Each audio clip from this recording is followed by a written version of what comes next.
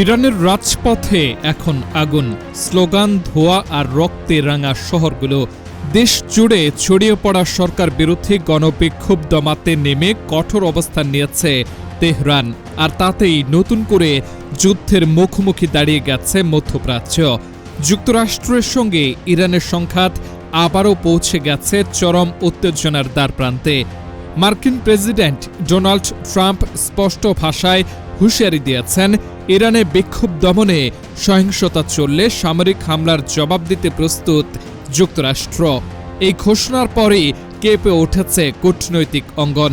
এর মধ্যে বিক্ষোভে অন্তত ৫০ জন নিহত এবং ২৫০০ জনের বেশি মানুষ গ্রেপ্তার হয়েছেন বলে জানা গেছে। এই উত্তপ্ত পরিস্থিতিতে ইরানের সম্ভাব্য মার্কিন হস্তক্ষেপ নিয়ে আলোচনায় বসেছে যুক্তরাষ্ট্র ও ইসরায়েল। বার্তা সংস্থা রয়টার্স জানিয়েছে, গত শনিবার ইসরায়েলের প্রধানমন্ত্রী বেনিয়ামিন নেতানিয়াহু ও মার্কিন পররাষ্ট্রমন্ত্রী মার্কো রুবিওর মধ্যে ফোন আলাপে ইরান ইস্যু বিশেষ গুরুত্ব পায়। এর পরপরই ইসরায়েলকে সর্বোচ্চ সতর্কতায় রাখা হয়েছে বলে জানিয়েছে একাধিক সূত্র। তবে ওয়াশিংটনের হুমকির জবাব দিতে এক মুহূর্ত দেরি করেনি তেহরান।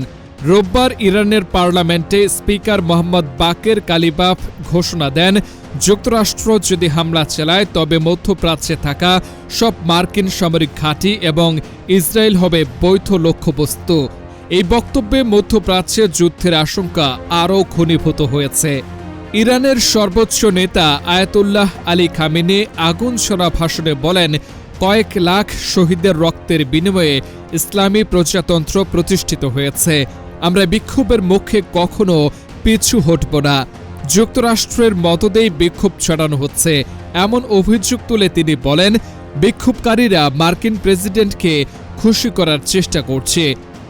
এদিকে তেল আবিবে নিরাপত্তা বৈঠকের পর বৈঠক। রয়টার্স জানায়, ইরানের সম্ভাব্য মার্কিন হস্তক্ষেপের আশঙ্কায় ইসরায়েলের সামরিক ও গোয়েন্দা মহল সর্বোচ্চ সতর্ক অবস্থায় রয়েছে। যদিও এই সতর্কতার প্রকৃতি নিয়ে মুখ খুলতে নারাজ সংশ্লিষ্ট সূত্রগুলো।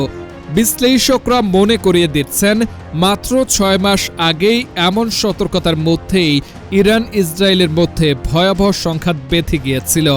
১২ দিন ব্যাপী সেই যুদ্ধে উভয় পক্ষের ব্যাপক ক্ষয়ক্ষতি হয়। যুক্তরাষ্ট্র তখন ইসরায়েলের সঙ্গে মিলিত হয়ে ইরানের একটি পরমাণু স্থাপনায় বিমান হামলায় অংশ নেয়। ইরানের রাজপথে যখন আগুন জ্বলছে, তখন পুরো মধ্যপ্রাচ্য তাকিয়ে আছে এক অজানা ভবিষ্যতের দিকে। এই উত্তেজনা কি থামবে, নাকি আরেকটি যুদ্ধের দামামা বেজে উঠবে?